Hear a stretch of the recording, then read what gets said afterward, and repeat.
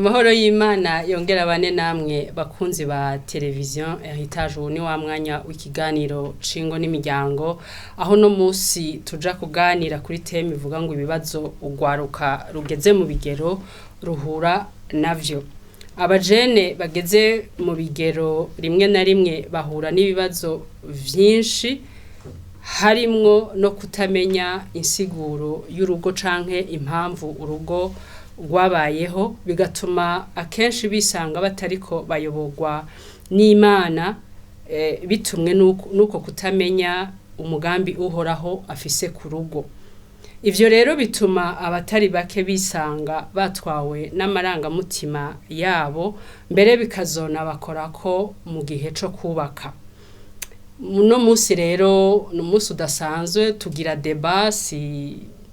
ikiganiro gisanzwe nk'ico twahora dukora, ariko ni deba kuvyerekeye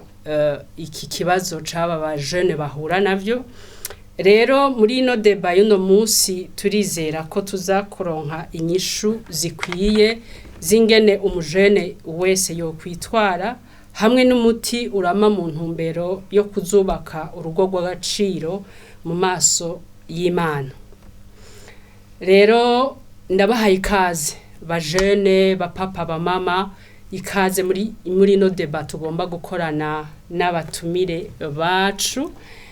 Nkagomba guha ikaze Madamu Alice Manisha, ikaze n'igwanyu. Mwakoze cyane. Nkagomba guha ikaze Claver Nitonde. Claver, turaguha ikaze kuri no plateau ya Heritage. Twari bwakorane, turaza kuronka inyishu nziza ngira ngo kuvyerekeye abajene, kuko nawe uri umujene, ikaze n'igwanyu. Mwakoze gose. Turahaye ikaze Pasteur Merveille, ikaze n'igwanyu kuri no plateau ya Heritage. Nizera neza ko uza kutubera umugisha. Murakoze cyane. Ikaze n'igwanyu kuri mwebwe mwese muriko murakwirikira televiziyo Heritage. Tukaba twagomba rero kuja mu idonido y'iyi deba tugomba gukora uno musi. Ntangura kubaza ikibazo Claver, uno musi abajene barahura n'intambamyi zitari nke iyo bari mu bigero, mbere wanashaka bataragera aho baja guhitamwo abo bubakana, ariko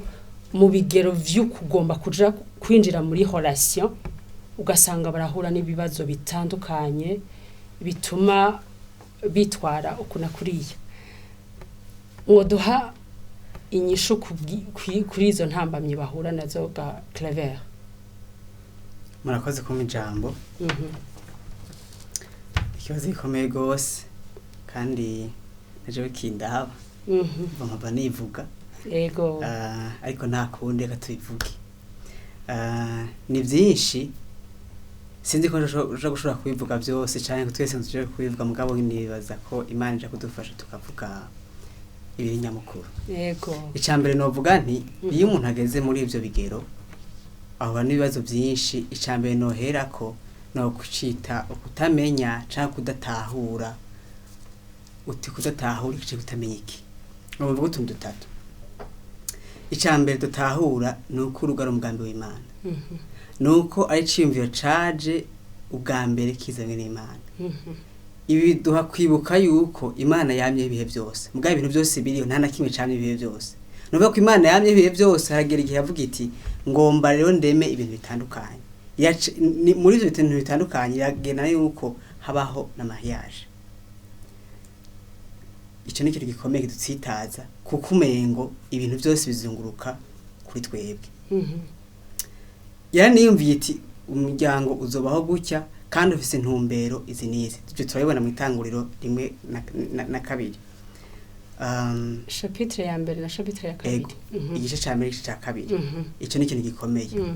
Urugo n'umugambi w'Imana. Si cimviro cavuye mu muntu. Naho dukora tuvyisangamo tubikunda, si ivy'iwacu, ni vyamuka iwacu, vyamuka ku Mana. Igice ca mbere. Ca kabiri nuko intumbero yago ya mbere si umunezero wabubakanye, ni icubahiro c'Imana. Urugo ntiruriho. Yego. Uti kubera iki? Uriko urasoma ijambo ry'Imana, urabona yuko ibintu vyose biriho ku giciro c'Imana imbere y'ibindi vyose. Mwadufasha mu Baroma 11:36 Pawulo avuga ngo kuko byose biva muri we muri Kristo kandi biriho muri Kristo kandi biriho kubwiwe. Amen. Icyo ni gitsitaza kuri twebe kubera kamere katubwira kati yabwo ibintu byose biriho ku bwacu. Mu bikorosa y'agacaso akavuga ati byo 1:16 byose vyaremewe muri we. Vyaremwe nawe. Biremegwa kubivyiwe na mariage irimwo. tutayikuyemo. Ni kuvuga vyose n'ije mariage biriyo ku gicubahiro c'Imana imbere y'ibindi vyose. Amen. Rero ntidutahura ko urugo ruriho ngo rwerekane ico gicapo kiri hagati y'umubano wa Kristo n'ishengero. Mu Banyefeso 5:2 kugeza kuri gace ca 6 Pawulo karahanura bubatse n'abari mu muryango kubw'icuro c'Imana ababwira ngene bobaho ubuzima buhindutse. Avuga ati wa mugore genda wubaha umugabo nkuko ishengero ryubaha Kristo. Wa mugabo ukunde umugore wawe nkuko Kristo yakunze ishengero. Ko kantu kankuko muje muragaca kwa karongo. Tugasurinya. Muje muragaca kwa karongo. Hanyuma agacabwira abavyeyi ati mwabavyeyi abana banyu mubarere uko umwami wacu agomba. Mwabana mwubahe abavyeyi kuko arivyo bishima mu mwami wacu. Abakozi mufise mu nzu wa mukozi wubahe shobuja nkuko wubaha Kristo. Nawe wa mushebuja cyangwa nyinabuja uwo mukozi uko umufata wibuke ko nawe musangiye shobuja ari Kristo. Urumva Kristo ari hagati y'ibintu byose. Mugabo twebwe nk'abajene intaba mitugira turamukuramo abo tukaba ari twe tuja hagati. Umuntu yitwa Timothy Keller numwigisha w'ijambo ry'Imana kandi yanditse ibitabo byinshi bifasha abakristo. Mu gitabo cyo yise The Meaning of Marriage insiguro y'urugo yavuze ngo igihe Imana yashiraho urugo mu itebo rya Edeni mu vyiyumviro vyayo yari ifise igikorwa ca Kristo n'ishengero. Ico yene gitsitaze kuri twebwe navyo twumva ntidushaka no kuvyumva ndeka shani igire mariage ivyo ni bya Kristo bikurazira nibiki mugabo ari karerekana ko mudashaka kuvyumva kamere mere kicaha kimwe catwinjiramo turi abana b'Imana kagumamwo tuzorinda dupfa tuyigwana nako mugavya bikwiye ko basi twemera ko dufise iyo ngorane tukaguma twinga Imana widukiza. Akona ka kabiri aka gatatu ntidushaka no kumva ko ikibazo nyamukuru nk'umujene nk'umucélibataire nategerezwa kwishura imbere yuko niyumvira vya mariage atari mbega ntagira mariage nzoba mpomvye iki ahubwo ni mbega hamwe ntogira mariage Imana yobihomvye iki muri wa mugambi wayo wagutse. Jaho nyene yohombe iki Imana. Bon yobihomvye iki niko ndavuga yuko urugo ari igicapo canke igitutu c'umubano uri hagati ya Kristo n'ishengero. Niho icibwira ati wa mugabo ukora uku ubane n'umugabo n'umugore wawe gutyo ku bwa Kristo. Wa mugore ivyo ukora wishushanye n'ingene ishengero ribanye na Kristo. Wa mwana byose ntagize mariage niba Imana igomba kugira mariage sindayigire no yobihomvye ico gicapo. Yobihomvye ico gicapo aho mu kibano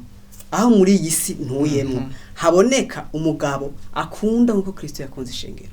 Umugore yubaha umugabo nkuko ishengero ryubaha Kristo. Abana bubaha abavyeyi nkuko twategerezwa kumvira Imana. Abavyeyi bafata neza abana bagomba kwerekana ingene Imana ifata neza abana bayo. Amen. Abakozi bumvira bashebuja bagomba kwerekana ngene Kristo ari databuja kandi tumwumvira kandi adufashe neza. Nabashebuja uko nyene nico kintu yobihomvye. Akira hari kintu nagomba kuvuga. Yobihomvye ko mwisi hari abantu hari umuntu ashobora gukizwa kubera gusabonye urwo rwawe. Amen. Akakura bakabona ingene ubayeho. N'umugabo wawe n'abana bawe agakiza avuga ati no je nk'akarorero ari umukozi wanje ageze kumbwira ati jewe narabitegereje n'umugabo wawe ingene mubayeho ngaha ndavuga nti je mbwiza kugira mariage kandi nkagira ugo nkuru umukozi urashaka kwimagina ko atamuntu akubona urashaka kwiyumvira kuba mu rupangu rwawe hugaye mugabo hari abantu bakuraba kandi bibaza ngo ntibakubona naratangaye na jewe arambwira ati ndabaravye gusa nsenga imana ko yarakijijwe nsenga imana nanje ngo mpurugo kandi nze mbere nkuko mumeze mwarambere akarorero nukuvuga ngo imana yo bihomvye ico gicapo kuko isi raturaba isi gwitwa observa kandi ntubizi kuri kira turaba aha twa turi kuri estrade y'isi iratwobserva iraturaba refeje geste irabona ngene twikomporta nukuvuga ngo imana yo bihomvye gutabara imitima y'abantu kuko naho tutabuvuga ubutumwa two turabuvuga urugo ruravuga ubutumwa turi de model donc nuvuga ngo urugo ruhimbara imana rutuma isi ibona ubudasa hagati y'abatayizi n'abayizi ikintu kirakomeye gose ndamwunganire mu majambo ko twavuga tuti imana yo bihomvye urugo ari une agence missionnaire urugo ruri mu kibano abantu babona ari kigo njana butumwa kuko barubonye baca babona Kristo baca bagomba kumenya imana kubera ikomeza uko gaca nabwira ni ko yanizeye Kristo yo bihomvye aba ambassadeur ba Kristo muri ako karere yego Pasteur Merveille Pasteur nagirisha vuze nawe atubwire intambamye nawe ahura nazo canke abona abagenzi biwe bahura nazo nk'umudemoiselle canke abajene bose en murakoze cyane ndamunganiye gato Claver ari ikintu yavuze muri Ephesiens mu banyefeso 5 tuko turahera ku murongo wa 22 gushika mu 34 ndashaka dusangire wa gatatu plutôt ku murongo wa 32 hari ikintu Paulo yavuze ki très important yavuze ngo iryo banga rirahambaye ariko mbivuze kuri Kristo n'ishengero nibaza ko ikintu ijambo ry'Imana ndarigereranya nka Kristo n'ishengero ni ikintu kiri très important ni ikintu gihambaye maso y'Imana kuko yabivuze mariage n'umugambi w'Imana rero abantu barake kubitira ko attention kuko birahambaye cyane intambamye abantu benshi bahura biratangaje kandi biranababaje kubona umuntu Imana importance Imana iha mariage ariko ukabona umuntu agize mariage ko la pression sociale kubera ko aburunganwe gwiwe baragize mariage Claver yakivuze neza avuga mbega jengize mariage Imana yungukiki mu ntambamye nyinshi rero ndavuga kuri côté cyane yabigeme kuko niyo monde ndimwo nivyo ntahura gusumba abakobwa benshi barahantu bumva ko abo biganye baragize mariage nanje ndagize mariage none mugabo twadukiye kumenya yuko imbere ya mariage umuntu d'abord yakwiye kwitora akamenya mbege bigagende yinde Imana ishaka kwiki uyu ni uwo mwanya Imana impamagariyemwe muri bino bintu mugabo uza gusanga kenshi turi muri yo pression sociale kubera ko naka yagize mariage nanje ndagize mariage iyo ni ntamba myambere abantu benshi duhura nayo ukumva nshaka kumera nk'abandi turi muri generation turi muri matuve wambonye nanje wambonye nanje nasohotse ndafise uwo dusohokanye turi mu tuntu dufadika turi hejuru ntituri bwina mu mugambi w'Imana uko yabivuze mariage n'umugambi w'Imana Imana yategereje kuza imbere yacu Imana yategereje kuja imbere y'ibindi bintu byose tuko turakora indi ntambamye abanibaza ko abakobwa bahura nayo cyane ni intambamye yo kusitara wagize mariage n'umuntu mudafise les mêmes valeurs ya izimana ukuvuga mudasangiye ubwami uko tuvyemera hari ubwami bubiri hari ubwami bwa Satani hari n'ubwami bw'Imana ugasanga rero twe turi mu ishengero urakijijwe ariko kubera ya pression iri nyuma yawe nugire mariage ugasanga urahantu bagushingiye imyaka hari ikintu kimwe gihora kimbabaza ariko twumviza bambabarire ugasanga umukobwa akiri muto umuryango w'abahwe wose mu muryango amubaza mariage mugani hano muri karamubaza mbega uri kuriteza imbere gute mu buzima est-ce que uri ufise amareva yahe ubona hehe imbere mugasanga umuntu wese muhuye wejeje université cyangwa muri université mais nabishashe au fur et à mesure rero uwo muntu aja kuri pression tuvyanka tuvyemera aratera kumva ko harageze ko ngira mariage ko abantu bose baguma babimbwira imyaka iranjanye umva ugasanga rero umukobwa abakobwa barahora n'izo ntambamyi ugasanga rero nakunda vuga ko cyadakijijwe n'abakijijwe roshora kurindira ugasanga uwakijijwe ntaje rero kubera hari uwundi adakijijwe ariko araza urumva ina ya pression usanga wahisemo ugacurugwamo ijambo ry'Imana riratubuza ndabwira abantu bose bariko baratwumviriza ijambo ry'Imana rirabitubuza muri 2 Corinthiens 6:14 aravuga ngo mbega umwijima n'umuco byofatana gute twe turi umuco w'isi kugira ngo ijambo ry'Imana ritwite none umwijima n'umuco byofatana gute ndabizi ko hari igihe bazana amahezo menshi ngo n'abakijijwe ngo babanye nabi hamwe ntaguciriyemo hari igihe bavuga ngo nzomuhagakiza nzomuhindura comme si arafise ububasha bwo guhindura umuntu nimba uzomuhindura buramutegura ubu mutarabana yakira uwo mwami Yesu ahinduke mwinje mu bwami bumwe hama mu prépare mariage muza mwaramaze kwinjira mu bwami bw'Imana bumwe mesino kuvuga ngo nzomuhindura ni erreur ya mbere ibaho umwana w'umukobwa canke umwana w'umuhungu ashaka kwimvira ni navuga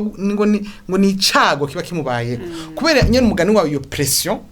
ibiri kubana vraiment gendinginza abantu bariko baratwumviriza hagarika kugira pression kubana hari n'igihe madame kuri ico nyene mbari avuze ikintu gikomeye ati basi musengere ahinduke hari n'igihe agufenta rero uyahindutse nyena akunama nyena ati sawa namvise ubutumwa bwiza nizeye mugabo by'ukuri ntiyawuhindutse ni kubera afise atumbereye wewe natumbereye Kristo atumbereye wewe narvise umuntu yavuze ati yagiye kuresha umukobwa wewe atarakizwa mugabo kwa kijijwe umukobwa amwase mu nyuma muhungu aza mu ishengero kugira ngo akizwe hanyuma mugabo mu nyuma arabona Kristo byakweri cyavuga ati sha naho tugombe tuhebe bijya vraiment mugabo ko nahuye na Kristo habura urakabona bigenze kuyambye ati basi nuzukizwe mugabo aje ararengana umukobwa ahura na Kristo bice bigenda neza kurusha bamukobwa ngo ntibabana banije mugabo avuga ati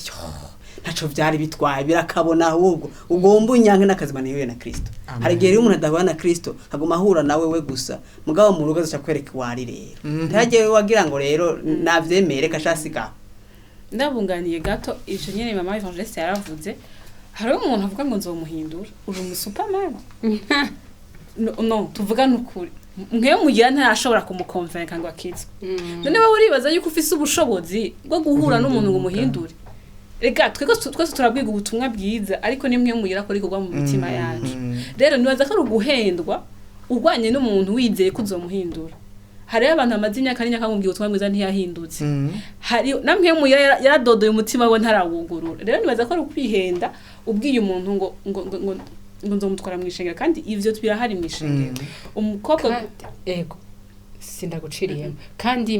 Pasteur Merveille hari n'uwundi muntu n'abandi bantu ubwoko bw'abantu bashobora kuba bakunda uwo mukobwa cyangwa agakunda umuhungu agaca amubwiye ati Jesse shora kugira mariage n'umuntu adakijijwe wa muhungu agafeza sambra yuko yamutahuye akavuga ati reka je nanje nje gukizwa mugabo ntagiye kurondera Kristo agiye kurondera wa mukobwa agiye kurondera wa muhungu uwo wewe Claver atubwiye ko ari wagiye gukizwa we wacahura na Kristo ntiyahura n'uwo mu partenaire yashaka rero muri ico gihe rero iyo uwo muntu adakijijwe vy'ukuri kandi abantu bariko baratwumviriza abajene bariko baratwumviriza mugerageze ntimunarugwemo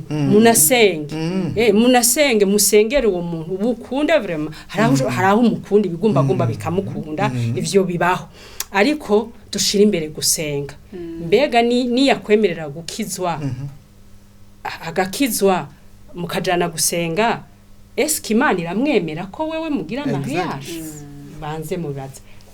baze Kristo bandanya pastor nico kiri très important nashaka guterera yego Claver yavuze wagiye mwishinga guhora na Kristo Imana ishimwe ariko hari ikindi kintu gihari ko aragenda mwishinga ngo ntavyiyumvamo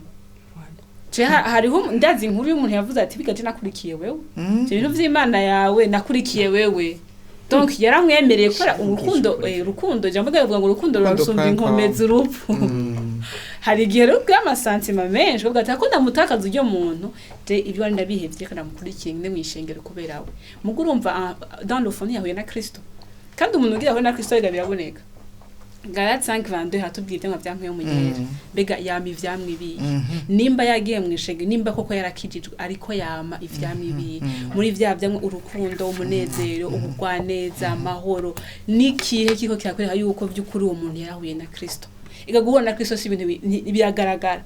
burya ba Kristo saba si jambo ryaje ngo naba Kristo barawe ngene babayeho baravuga ati bari abantu basana Kristo naba Kristo bambaye Kristo bagenda na Kristo donc aje mwishengero Imana ishimwe kandi twese twifuza ko abantu bose bakizwa nico n'umugambi w'Imana mugani tuje ahantu umukobwa usanga ahendwa ngo azokizwa kubera niyo twagira mariage ntabwo bashufite bwo guhindura umuntu ico kintu rero nibaza ko ari intambamyi abakobwa benshi bahura nayo kandi bakwiye gukora mu mutwe iyindi ntambamyi nayo nibaza ko abakobwa bakunda guhura nayo cyane ni intambamyi ijanye na situation materialisme hariho imiryango iri clair ikubwiye ati je abahungu bakenya nabo shaka nta muntu Kenya shaka rero kwibaza none gashaka kujya ngo bamwase muhiri wacu kandi ugasanga utumye umwana gwa mu rudubi donc yahuye n'umuntu je namanibaza ikintu kimwe none ubutunze ni iki ikintu gifadika uyu munsi magira mariage ufise amafaranga acagahera cyane mwagata yafise tukayaronka donc ugasanga rero ko iyo pression y'imiryango ni pression y'ama réseaux sociaux tubona ibintu vyiza gusa ugasanga rero abakobwa baraguye muri uwo mutego ugukunda cyane les choses matérielles akumva keneye umuntu afise umuduga ba déplacement akumva keneye kuzarasohokera ahantu heza ndumva na ya miryango yose icizamwo rero cyo mvume ngo urafise raison d'abord na kare muhira baramye ata mungu w'umukene shaka bakeneye gasago rero ufise ibintu vy'imiryango abandi ugasanga ibintu biri matériel vyinjiyemwo yindi ntambamye nibaza ikunda gushikira abakobwa benshi ni nibaza ko n'abahungira bashikira iyo y'imijyango pardon gato muravuze ivyerekeye amafaranga abavyeyi bavuga bati umwana wanje ntashobora kuja ku muntu akenye fo ko aba afise amafaranga afise déplacement n'ibindi avyumva nawe ivyo mama pasteur Merveille ivyo biraba mu ishengero mu bantu bakijije erega icyo dukwiye gutahura nuko twe turakijwe mbwa iminyago tuvamo ntikijijwe hari igihe biba bishobora gushika okay uravye mu miryango ikijijwe nk'abo mu mwoba mu bana canke nk'abo muganira nkawe nkuru mu pasteur hoho urumva ko vyoroshe no kumenya vyinshi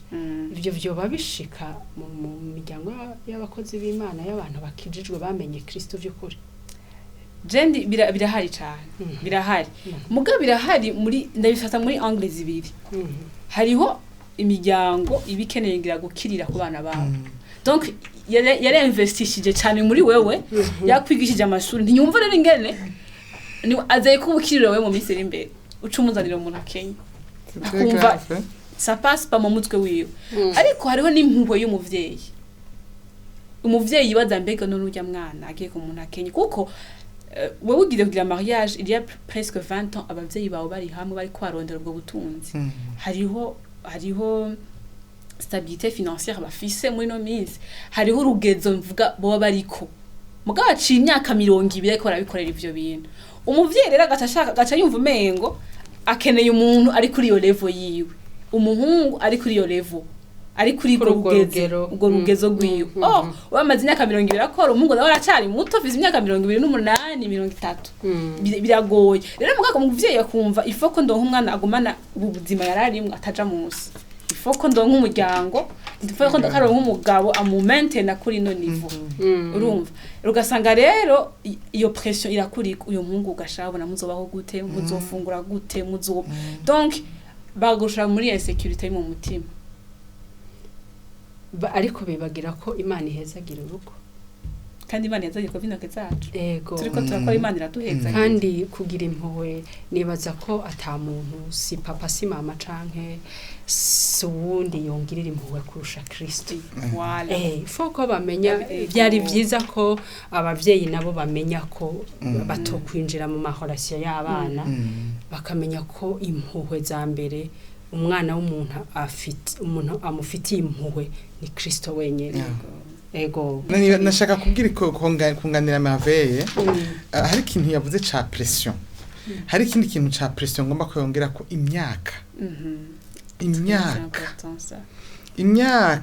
irabamaze arakubwira ati none gantuze weye ahantu ubona ko barajyaguye iyi myaka yawe ko ari myinshi je nkeneye kumenya mu Burundi nihe myaka umuntu aba yarengeje urugero kuko ubunye afakonyoza ikintu muri universite bashaka kubaza mu philosophe uwo muhuye wese umwana kakaja mu mutwe acatangura kuyinga avuga ati none je nta n'umuntu ambaza jewe none kayimwe aronse uwa mbere amubaza shakorokera mu byinyo vyiwe nukuvuga ngo ico abana bakwiye gufata donc la jeunesse en général bafate nuvuga ngo teba ufate umenye ari kintu yavuze nka Claver gikomeye mariage c'est pour Dieu ni Imana ni yayo tugire novuga gute tugire imigenderanire n'Imana mu buryo bukomeye ibisigera batwihera niko ijambo nyamara bivuga ngo ni murondere ukugororoka bwami bw'Imana no kugororoka ibisigaye n'inyongezo mariage n'inyongezo je no hamagarira aba jeune abahungu abakobwa bari baratwumviriza numvuga gute muhebe vyose mube consacré 100% ku Mana muyiyegurire yose mu buzima bwanyu hanyuma izobaha ndiko mbwira abakobwa ibyo turabigaruka kuko aba bararemvye kumana ndabigisha bararemvye ku mpanuro ibyo turabigaruka ku mpanuro mama evangeliste murumvise ibibazo uno munsi abajene bafise amadefi canke ama challenge bafise uno munsi urugwaruka rwacu nagira rero mwebwe ndababaze à votre époque mu bihe vy'iwanyu nizihe ntambamye nka mwebwe uri umumama yego akuze waragiriwe ubuntu uraronka uwo mwubakana yego n'ubuntu nagiriwe nyene nivyo nashaka ndababaze mbega mwebwe kuri epoque yanyu byagenda gute ingorane mwahura nazo zari zihega mama evangeliste twebwe c'était bon icambere na mbere nuko epoque yacu je sinari nkijijwe umva sinovuga ivyo sinovuga ivyo bari bakije sinzi ivyabo nari umupagani sinari nzi Imana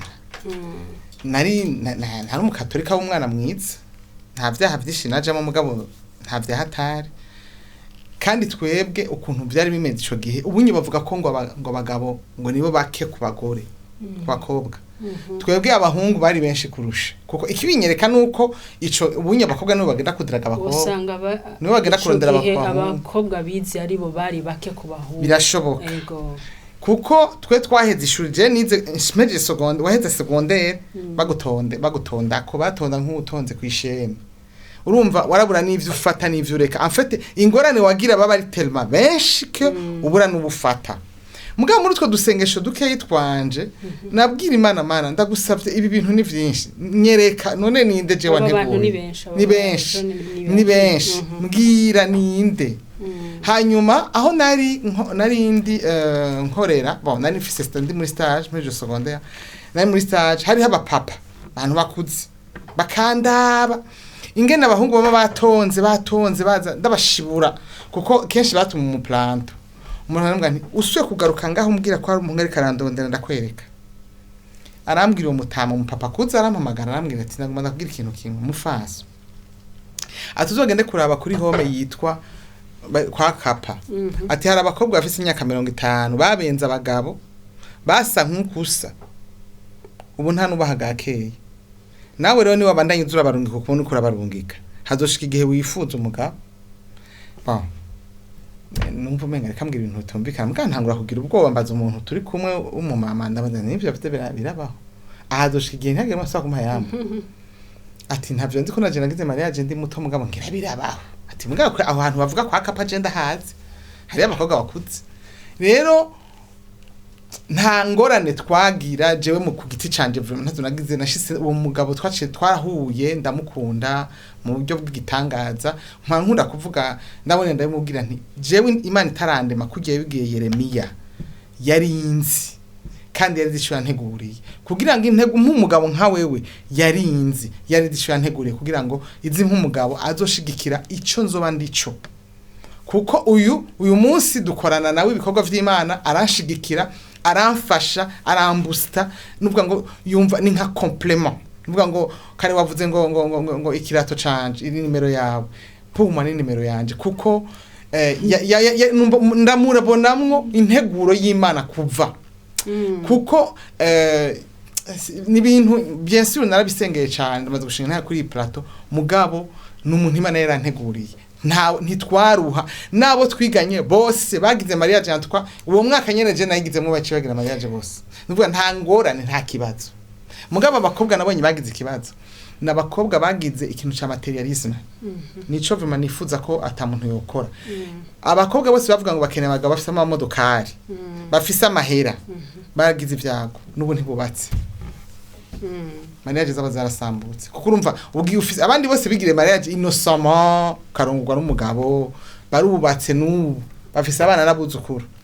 mugabo ufise indi intention bose baragize échec no kuvuga ngo kuri temps yacu vraiment nta ngorane zari zihari baba buzi abo bagabo bakakurondera wicagura mu ukunze pointre uyu munsi bafise izindi challenge igihe carahindutse kwaca imyaka myinshi harabaye ibindi bintu isi yarahindukiye irimo development nini irimo ibintu byinshi yatubwiye Merveille bituma usamara canke ugahindura intego ugahindura novuga gute objectif na direction urarabamo mugabo Imana yatugiriye neza twebwe mu gihe cacu vraiment nta ntivyari meze uko nta na gato ndumva Imana yarakugiriye neza kandi bihere gucubahiro amen muri kijya gihe canke mu gihe cinyuma yanyu ngira gato hariho ukuntu abakobwa wasanga bigishwa navuga ngo ego ariko abaswadiza fiancé bazogira mariage mu myaka ngira ngo bahejeje ugasanga barabarihiye amashuri kandi naje hari abo numvise par témoignage ndabumva bakabarihira amashuri hanyuma bakiga bagaheza mugabo mu nyuma bikabibindi kanyuma bikabibindi ngo umuhungu yamurihiye ntibabandana ego ivyo nabizi byarabaye ivyo byo mwo bivuga kwikiga Madame Alice kuko hari nubu byo birashoboka kuba bihari mu bajene ba kino gihe kugira ngo bashobore kuvyevita vy'ukuri n'umuntu atagira ikimufasha afise uburyo buke anasenge n'Imana kuko Imana irapurvoya ikintu cyo cyose ico kintu kirantwengeje kuko ariho umukobwa narinda kize kuko ari umukobwa vyabaye ko umuhungu aramurihira amashuri aramurihira vyose byo nukuri nta kintu kimwe yabura yamari no kwishura bahejeje yamuhaye baye ntibase no kumenyana yaciye asamwa n'ubundi baca barigira no hanze yari periode abantu bako barigira no hanze baca baricomokera barigira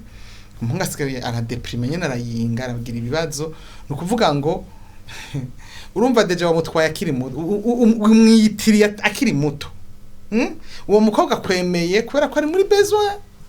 akeneye amafaranga ashaka ko ari umukobwa canke umuhungu hariho n'abakobwa babigira ugasanga awe arafise uburyo atanga gufinansa umuhungu wiga amashuri menshi duze abantu bafise situation agaca muhereza amafaranga nibaza ko ari gakebira vraiment c'est très rare niyo vyorama avenir yanyu ntiri très c'est pas évident parce que irimwo intérêt umva yaragufe naho koshikoze bugati urazi ko jina bwiza umuntu baza amahera gushize uraza amahera gushizemo urazi ko umutayi wanje wose wahere muri wewe umva ko ivyo bintu bidashaka kubaka nibikunda haguze ko hari ikintu rero mureke bireke ivyo bireke kandi baza ko hoja no kwemera umuntu amushaka gusa kubera iyo culpabilité d'abord yandi y'amashuri namuheze ndamuhemukiye umuntu agaca yiba ku rugo bifatiye kuri culpabilité n'ikigongwe utamukunda atari n'Imana yaguteye ntirurama ego acaza kubaka urugo rudahesha icubahiro Imana Imana. rumwe Claver yavuga wewe aba yaturunye autour Yeah. d'elle canke de lui ntahesheje icubahiro Imana